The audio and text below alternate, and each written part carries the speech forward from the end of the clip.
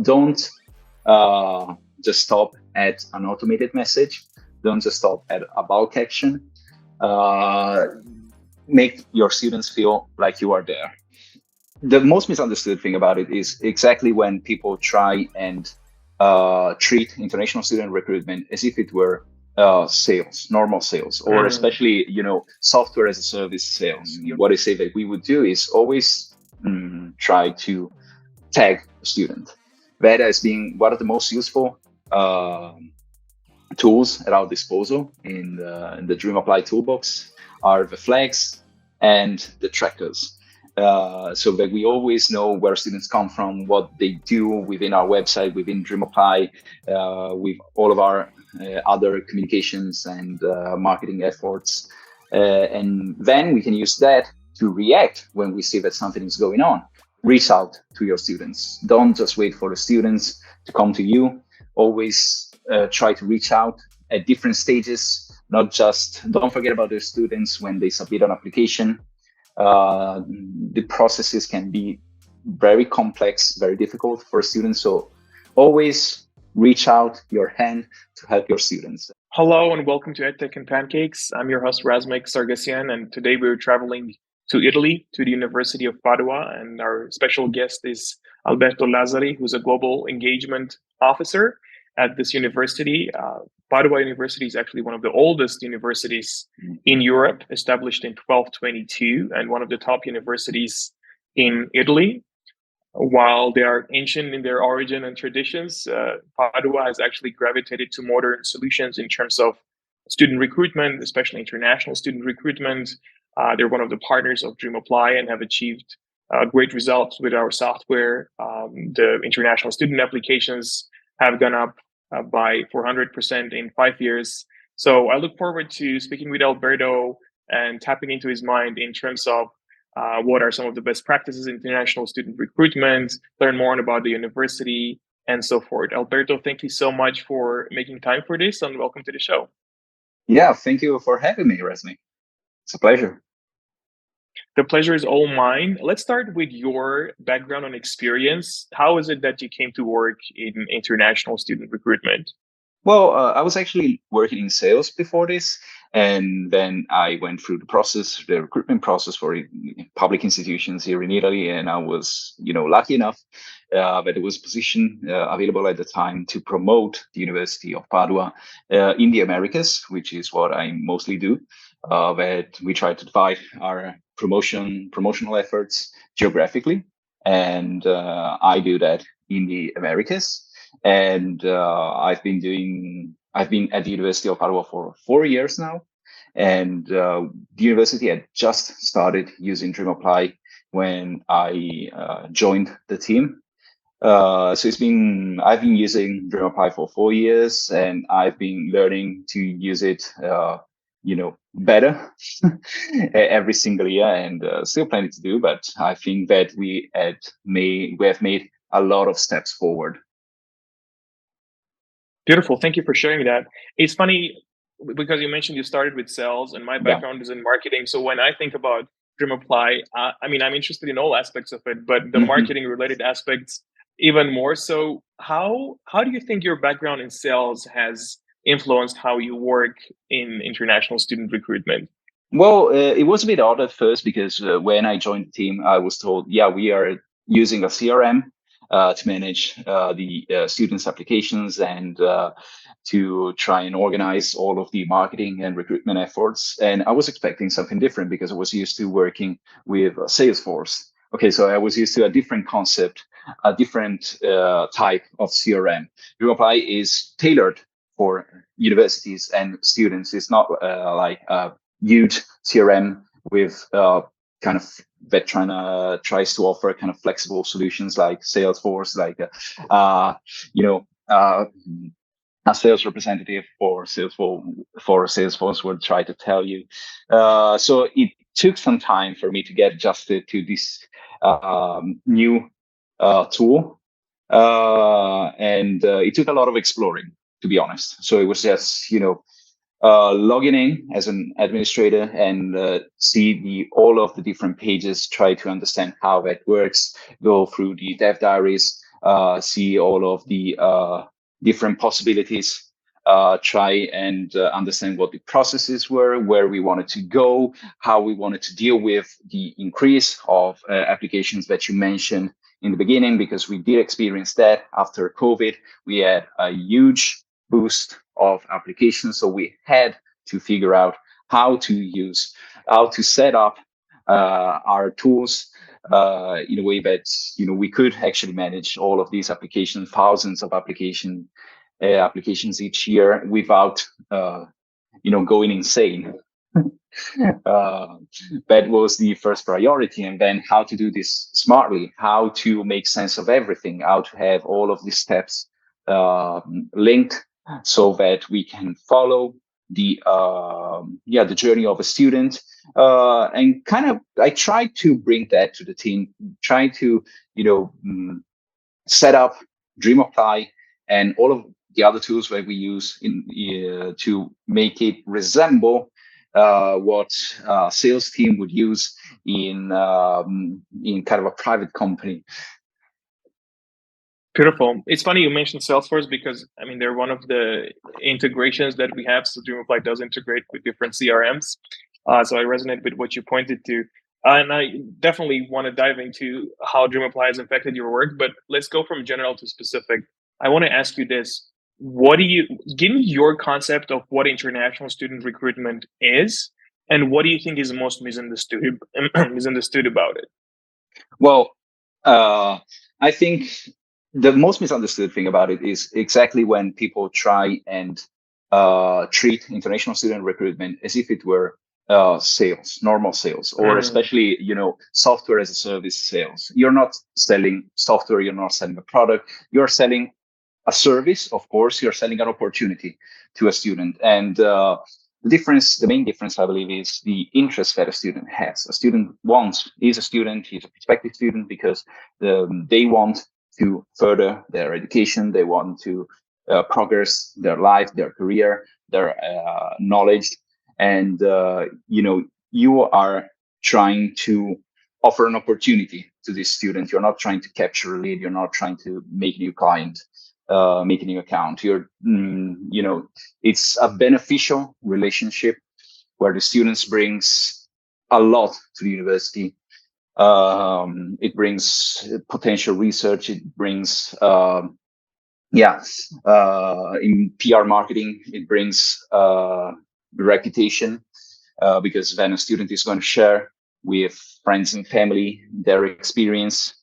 The most misunderstood thing for me is just trying to, put the university out there as if it were just another brand, just another company. It's not that, and you need to make it clear that it is not, that you're not trying to approach students as if they were clients. And we've spoken to students trying to get feedback from their experience, and they told us they don't like this. They don't like when they feel treated as a lead, as just another client. They want the university to be aware of its position. They want the university to treat them as students, as service. They want us to provide a service, and this is what we try to do. And this also sometimes makes it difficult, because it would be much easier under, many points of view to treat these whole relationships as if it were brand and client, but it is not. You need to always keep that in mind, especially on the promotional side. That's such a great pointer. I think you used the magic word, mutually beneficial. And at the heart of public relations is really creating mutually beneficial relationships. And I think even the most successful salesmen are not really treating their potential leads as let me just push this product through us, but really trying to understand what is the problem at heart and how can I solve it. And in this case, I mean, it's influencing somebody's career and life. So thank you so much for sharing that. What have been some of the biggest challenges for you in international student recruitment so far? Well, definitely try to understand how, all the fluxes, all of the where the students are going, what the students want, because you're operating on a global market. There are plenty of actors operating at the same time, of course, more established ones and newer ones joining this higher education scene at all times. So the most difficult thing for me has been to understand what the status is and how it is evolving, how little changes in specific contexts can impact the higher education scene overall, and then once you understand that, how to adapt your efforts to bring in more students, to get your university out there, to make sure that more students know about your university as a potential higher education institution where they could, as we said, further their education and their career. That has definitely been the biggest hurdle for me. So what are some of the principles that you've uncovered for yourself that has helped you with that?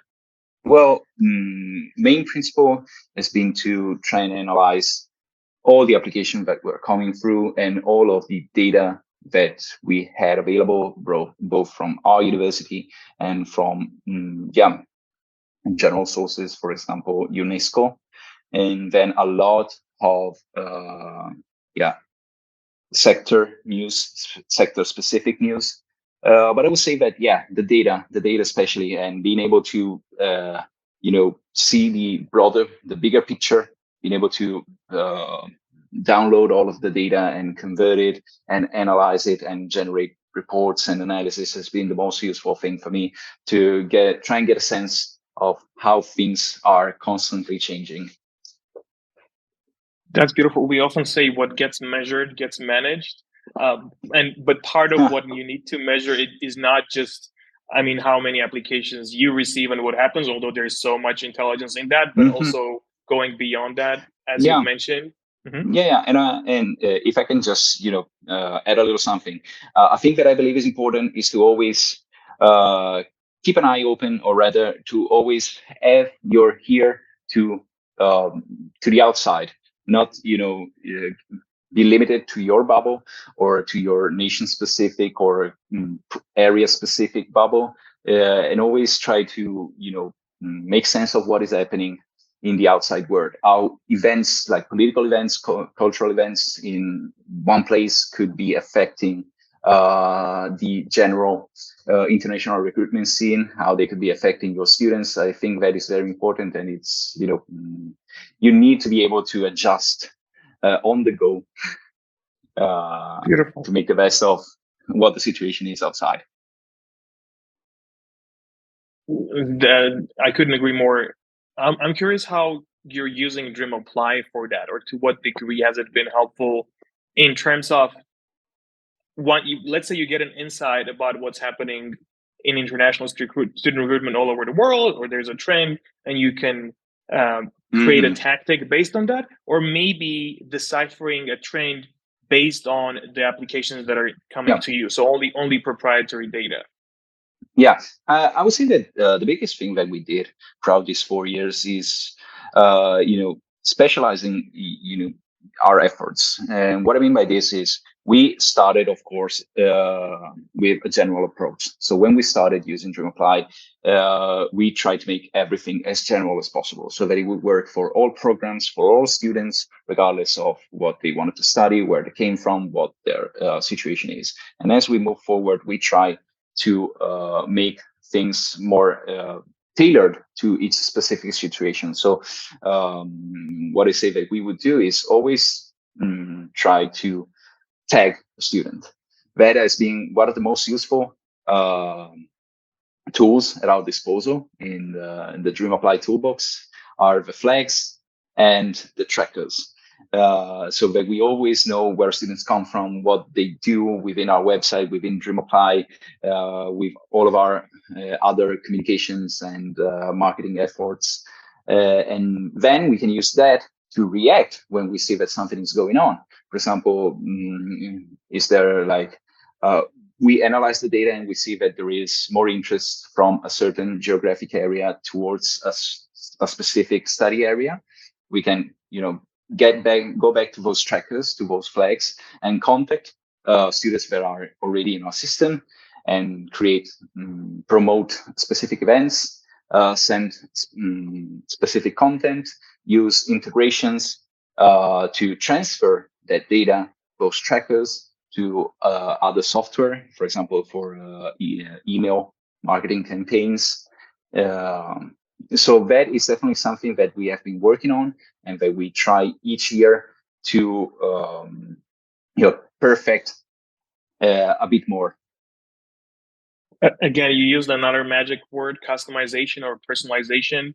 We recently published content about personalization because, we receive feedback from over 300 educational institutions, and we're always interested. Everyone says they have benefited from DreamApply in this area or in that area, but to go deeper into that and ask why, one of the things we've understood, and I'm a huge believer in, is personalization. And this is very much ascertained by the science of influence and persuasion. And it's one way to think about it is the principle of reciprocity. You may be familiar with it. It's coined by Dr. Robert Cialdini. Essentially, it's the primordial principle. Like, you provide a meaningful service to a future student, an applicant, helpful information, resources, and they always reciprocate with more interest. And I think the magic is when that support is personalized to where they're coming from or where in the admissions process they are, that reciprocity is magnified. So we have been recently sharing like just how much people can personalize with DreamApply. So like you said, like at least address people by names, or when they're visiting your admissions portal, you can already offer information that relates only to them. So you decrease the time that they need to spend and so forth. So tell us a little bit more about how you've been using personalizations in your process and how it has been helpful. Well, a lot of it has to do with something that I mentioned earlier, which is experimenting. Trying to trying to take a comprehensive look at your toolbox and try to understand how each tool could benefit your efforts and make your life easier. So definitely something that we have been doing is trying to explore all of the options. And that has meant, for example, at first working on the tasks. Okay, trying to set up specific tasks, trying maybe to use some specific options, specific flags, specific case scenarios to make a task more comprehensible. Use more statuses. Since we're talking about tasks, also I feel like I need to mention the flags, which I mentioned before, which are then useful to analyze the funnel overall. Then we tried to explore app forms. Then we went back to the trackers and or maybe the info points, and then we tried to work with the app form overall. So we always tried to add something new to the way we use our not only DreamApply, but to all of to the way we use all of the tools that we use to market university, to direct our international recruitment efforts. And like current day example, we saw that DreamApply added this thing called categories, and we immediately rushed to the diaries to try and see how does this work? How could this be implemented? What can we do for this? Let's try and set up a test space, a test area, so we can try and see how this would fit our needs. And I believe this is a very important principle, because if you stick to what you already know, if you don't try and make those changes, if you don't take even some risks in a certain sense, maybe you're not going to discover a different way to do what you're already doing that could make your life so much easier. Beautiful. Thank you so much for pointing to. I do think that's one of the reasons behind our success, because we have a great configuration team that works very closely with the universities. And a lot of the features are actually requested directly. So we just uncover the need for that and then provide a technological solution that helps scale that. And as you said, obviously it requires a certain level of A/B testing at the beginning, but then when there's enough social proof, everybody just jumps on it. Yeah. And I definitely feel like the responsiveness of on your side has helped us, because we were able to, like request certain features or certain tweaks, and have the DreamApply team supporting, get back to us quickly. Of course, we also understand that you have a diary, that you have a project that you are following, and that even your best effort to try and implement all of our suggestions needs to, fit into the broader project, the plan on your side. But yeah, responsiveness is definitely something that I would praise you on. Thank you so much for sharing that. I want to ask you about automations as well. How much of your work do you automate or wish to automate? And also connected to that, because as you've said, there's this expected authenticity. You have to make it personalized. You're really dealing with a person, and it's a big decision. So how do you combine your automation efforts with this need to stay authentic and just not turn it into just a mechanistic process? Well, to answer your first question, how much we automate, I think nowadays the answer is always not enough. You could always automate more. It seems like everything is kind of pushing towards more automation, and we do try to implement that. Thanks to integrations, thanks to bulk actions, or maybe other different tools. But as you said, you need to stay authentic, and I know that students, especially, can tell when content is authentic and when it is not. They can tell when they are interacting with a person, or when they are just receiving an automated message, when they're just going through a workflow,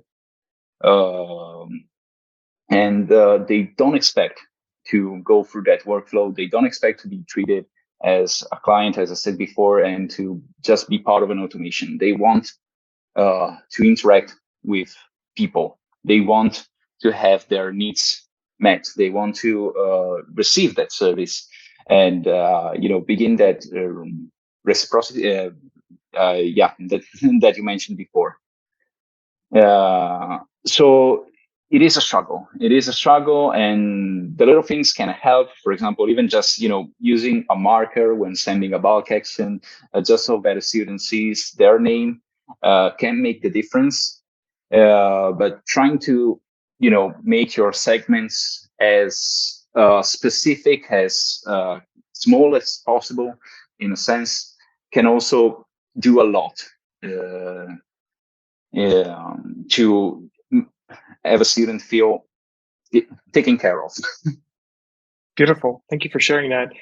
And I agree. I think, and this relates to both automations and personalizations. It's not like a goal in and of itself, but if you are adding value with, let's say, an automation of a personalization, like you already know they're going to reach this level of admissions and they need this reminder, then no applicant is going to think of it as, oh, this is just automated. As long as it provides value, I think most applicants are happy to get it, and therefore they're motivated to take the next steps. Yeah, of course. But as mentioned, you need to always stay on top of your segments. Otherwise, you risk sending general communications, for example, that would be useful overall. You're maybe giving the students new information, or repeating something that is vital for their journey towards enrollment, or as students who are already enrolled, but that may confuse them. may confuse them. They may think, wait, I thought that I had this taken care of already. Why am I receiving this communication? Is something going on with my application, with my admission? So, even genuine and honest effort to inform a student can go wrong if you rely on automation too much, if you don't make sure that students are receiving only what they are supposed to receive. And even in this case, I can share some personal experience. Please. For example, we began trying to send bulk actions or messages using offer types as a way to segment our students, selecting different intakes, selecting different programs, different citizenships, or maybe downloading a table from DreamApply and then working on it in Excel to create a new segment that we can then tag with a tracker and use that tracker to send a message about action. And we noticed that sometimes some students would sneak in our segments because of the way that we set up DreamApply, because of the way that DreamApply treats the offer types and the intakes. And so we had to tweak our segmentation efforts and we saw that because students reach out and they were like, why am I receiving this message? I already did this. Is there a problem with my documents? And so, that is another principle that I believe is always important. Be open to feedback, be open to try and see how the students are responding to what you're doing. And as I said plenty of times already, be flexible with the tools that you're given. If you see that, as we did, this kind of segmentation with the offer type doesn't work, maybe download the table, maybe use a different way, or maybe just reach out and ask for help. I'm trying to do this. How can I do this better? And this is also what hopefully this podcast can do for other universities. Absolutely, and they've already shared so many. I was going to ask you, what are some of the mistakes you could talk about or you would recommend to avoid, which you're already doing. But you mentioned something that reminded me of one of my early mentors in marketing, Abby, and she would say, feedback is data. So if you're working in international student recruitment, so much of it is marketing. So that you can just add that to all the data that you have to address. But having a system that enables that and encourages that, I think, is very helpful. Another question, what do you think about the current trends and how they're going to influence international student marketing? I mean, AI is one of them. So there's a lot of conversation about using chatbots and whatnot, or tapping into AI for more automations. So AI or beyond AI, what are some of the trends that you think are going to influence international student marketing? Well, I mean, when it comes to AI, I'm personally a bit skeptical because I believe that, especially, at this stage, AI is only as good as the person who writes the information that AI users are. So, even if you implement a chatbot, you need to, have it learn how to treat student inquiries. You implement AI, you have to have all of the information clearly and understandably written in your website, in the logs, in all of the information that you're going to feed this AI. So if that is not set up well, AI is not going to be able to cover for what is missing. And as I said before, the students are particularly well aware of when they are engaging with AI and when they are engaging with a person. And they do want to engage with a person because the whole point of going to a university is being able to meet other persons, be them professors or other students or administrators, and take home some personal growth from those interactions. And we just mentioned feedback. The growth that we are able to get from listening to students' feedback, from organizing. For example, something we do is organizing focus groups. And we have international students at very different stages of their career come in and talk with us, talk with other students, share with the group what their experience has been. We encourage this kind of conversation and feedback, and it has been the most helpful thing for us. So when it comes to AI, I think we need to be very careful how we implement it. And students, they are higher education students, they are smart, they're going to find a way to get around the AI. If they want to speak with a faculty or administrator, they're going to be able to find a way. So it's pointless to try and hide everything behind AI. Is of course useful because it can manage a lot of communication, it can manage a lot of traffic, and it can allow you to focus your effort on more specific cases. But it cannot, I repeat myself, cover everything. And also, I think that this trend has already started to lose some speed. Maybe the whole market has become oversaturated with AI solutions, and the current limitations are, have become more clear to all. So I think that we are kind of going back to a more personal, a more face-to-face even approach. And for example, something that we did, and that I know that a lot of other universities are doing, is implementing solutions to allow students to talk with other students. So have peer-to-peer interactions, both at when they're looking for information, when they're just prospective students trying to decide what to do with their life, where to study, and where they are, and even when they are admitted students and enrolled students, try to encourage this kind of interaction rather than interaction with a chatbot or with an AI. I couldn't agree more. There was recently a meme circulating. The sell me this pen task. Yeah. There was everybody now says it's just powered by AI. Yeah, it's powered by AI. Yeah, it's the magic word. It was blockchain a few years ago. It's going to be something else possibly in a couple of years. Right now it's AI, but yeah, you need to look past the buzzwords. Absolutely. I mean, there's what you said in a way is in tune with DreamApply's approach. We do have integrations with some of the most powerful AI tools, such as Zapier, so institutions can tap into the power of that.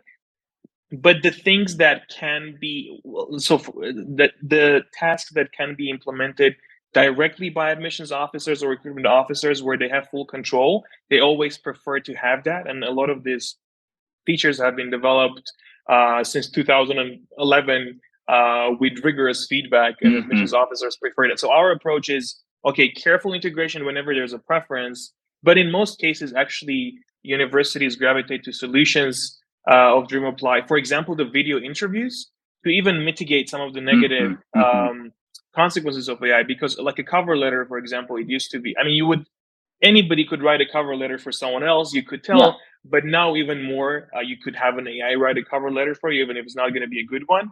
But so a lot of universities now gravitate to video interviews. You just give a question, 5-10 seconds, they answer, and you know that that's going to be more authentic. So our approach is careful integration, but still keeping the focus on things that really have worked and continuing to develop them.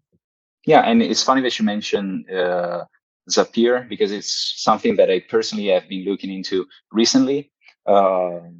And the way I approach this is, trying to set up some workflows, some automations on Zapier to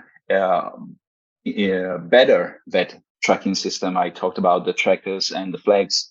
They have been the most helpful allies in our efforts.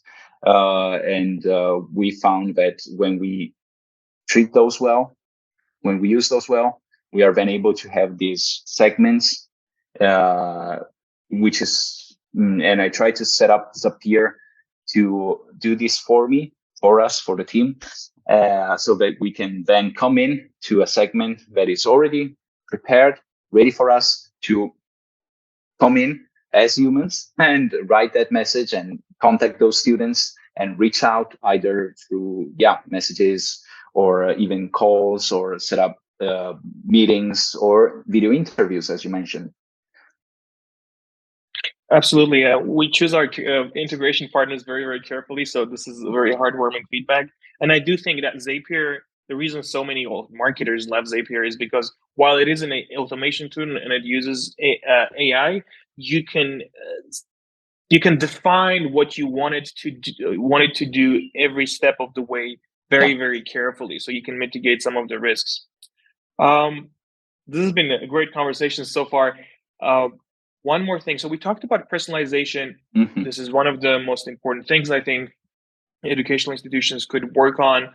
And another thing I think is the integration of admissions management with marketing, or so different universities are set up in different ways. Sometimes there are admissions teams that work solely with processing applications and scoring, and then there are teams working more on the marketing side of it. But as you've mentioned, the data flow between these two can be very important. So do you have any tips in this regard? And how have you guys been using DreamApply for the data flow between different members of the team?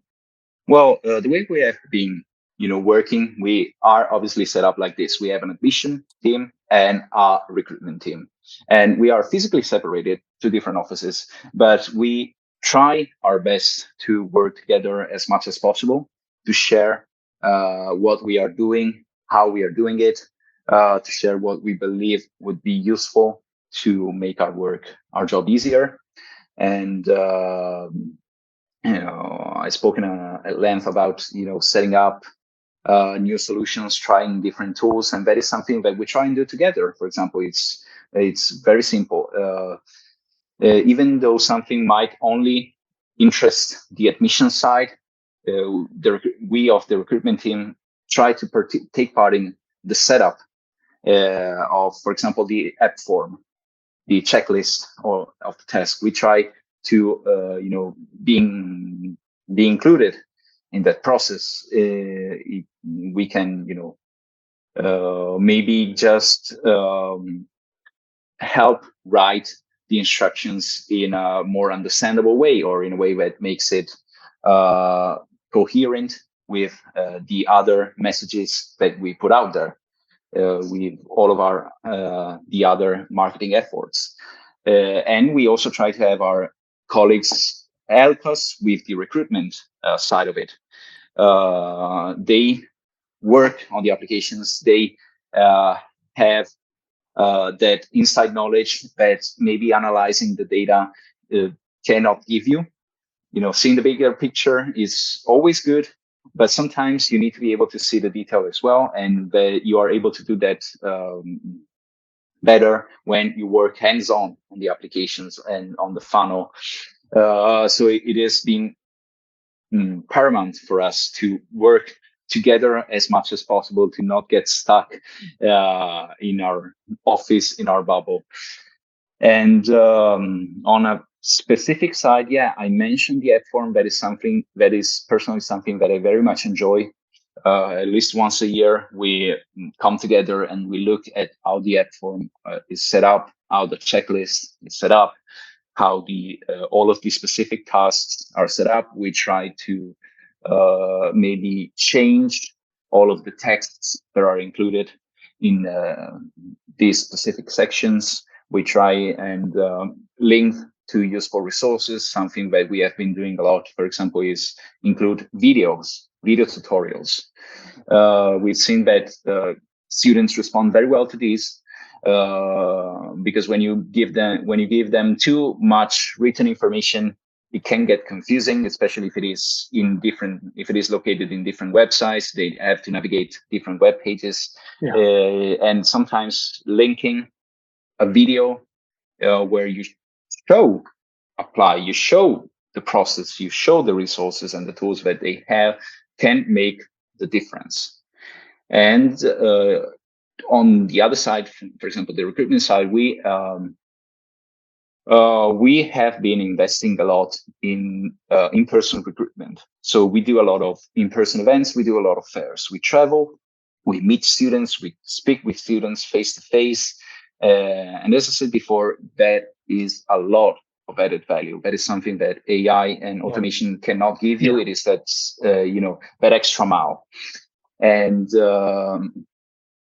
before we go to an event, we always try to look at the application situation, the whole funnel for that specific region, that specific country, even that specific state or city. For bigger countries, for example, I'm thinking Brazil. I go to Brazil a lot, and I know that Brazilian students may be interested in specific study areas, but I also know that some cities will have some universities that attract, for example, engineering students or humanities students. And then with the help of Apply, I'm able to, and of the colleagues from the admission team, I'm able to, see how the application were going so far for those students. How can I better present the university and the opportunities to the students? How can I assist student, maybe, find some time to sit down with them and help them through the first steps of the process. And to do that, I need to be able to deeply understand how the process works. It's very important to conclude. It's very important for, I believe, for marketing and operations, in this sense, recruitment and admission to work together. That's super helpful. Thank you so much. For in-person events specifically, how would you recommend to use DreamApply to maximize the productivity of your in-person events? Well, I once again go back to the trackers and the flags. Reach out to students who are already in your funnel. They are already registered to apply. Maybe they already started the application, or they're just thinking about it, and they've just begun. They only began the procedure and could possibly need some help. Send a message beforehand. Say, I will be there. If you are not able to make it to the fair, we could organize, for example, a Zoom meeting. We could have a webinar. We could have, we could set up, we could have another opportunity to talk. Let's look at your application profile together.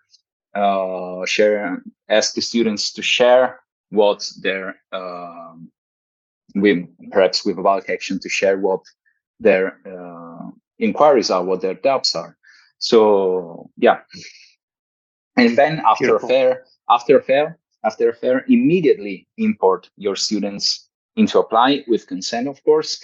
But get them into the inside the loop, so that then you can reach out to them, you can segment them, as I said, and further the conversation.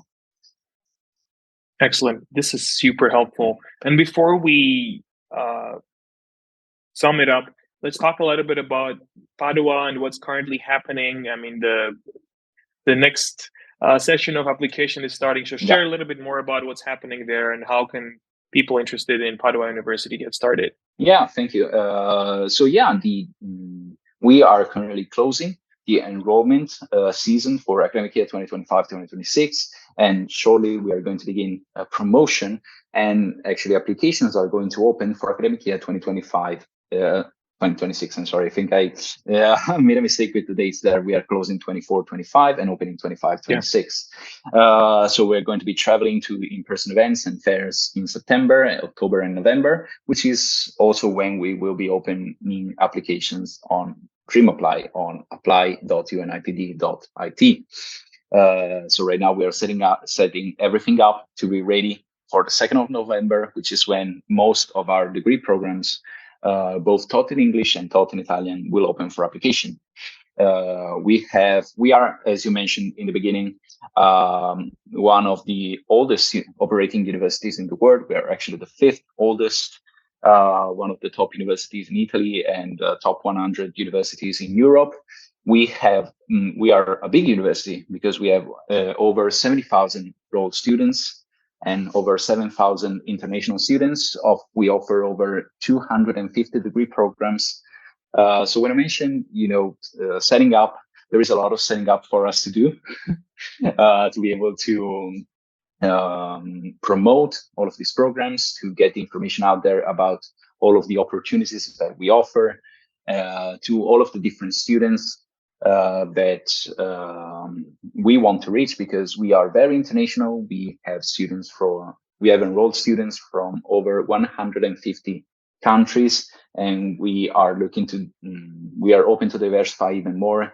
It is in our best interest, of course, in everyone's best interest.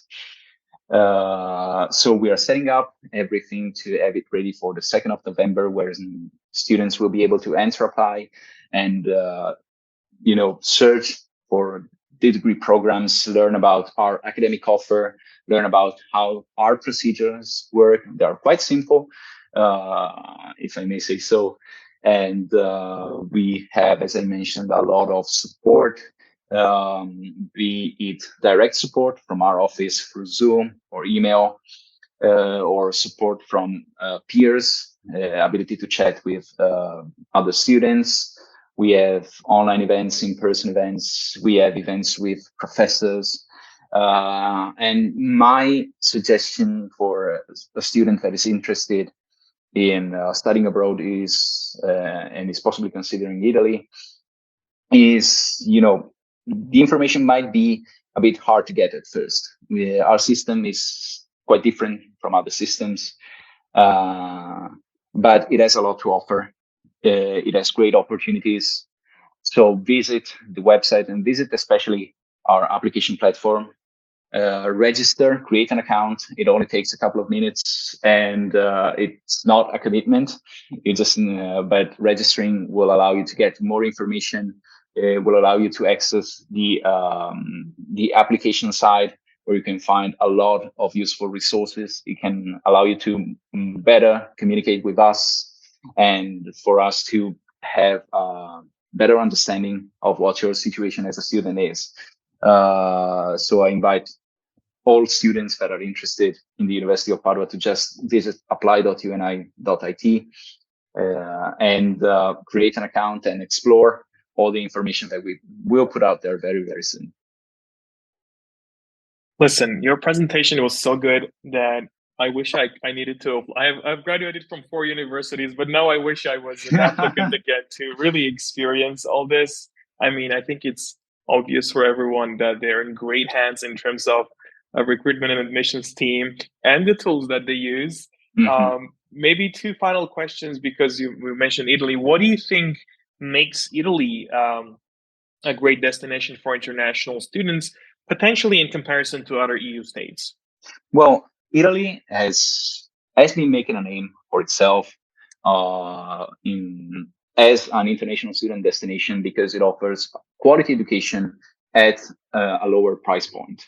So we entered the market, let's say, as a cheap option, because the Italian universities, most of them have lower tuition fees when compared to UK or USA or Australian universities, and lower tuition fees than also other European countries.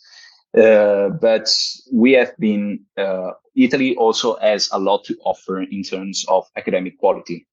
There are plenty of universities that invest a lot in research, in their academic offer, not just us, many other universities as well. So it's not just about, spending less, because you might spend a lot less but not get a good quality education. We do offer that, and Padua, especially amongst the Italian university, has been working a lot to expand its academic offer in English, because obviously Italian is not widely spoken abroad, and not a lot of students might have thought to include Italian in their studies, because maybe they studied a different language, maybe they studied English, French, or whatever. So we try to diversify and include more degree programs and courses offered in English.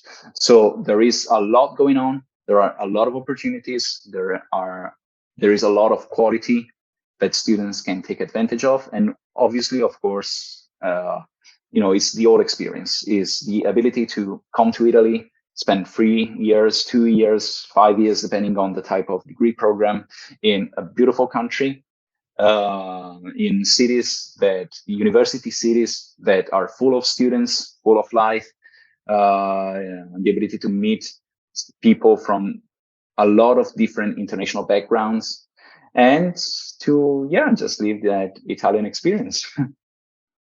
I want to be a student again and spend an exchange year in Italy. Thank you so very much, Alberto. You've shared so many incredible tools, all based on your experience, based on research. I'm sure this is going to be appreciated by our target audience. Perhaps one final question, if you could, and we're speaking about tips for international student recruitment. If there's one thing you would want our listeners who are admissions officers or recruitment officers to remember, what would that be? Okay, one thing. Okay, it's maybe a bit hard to choose, but I'm going to once again come back to something that I've spoken at length about, and that I've spoken with a lot of colleagues from other universities about, is reach out to your students. Don't just wait for the students to come to you. Always try to reach out at different stages. Don't forget about the students when they submit an application. The processes can be very complex, very difficult for students. So always reach out your hand to help your students, and don't just stop at an automated message. Don't just stop at a bulk action. Make your students feel like you are there. Beautiful. Thank you so much for sharing this. All right, and thank you guys for listening. This is 𝗧cie𝗽𝗶𝗰𝘀, and this is EdTech and Pancakes, and we'll be back with another episode soon. Bye. Bye-bye.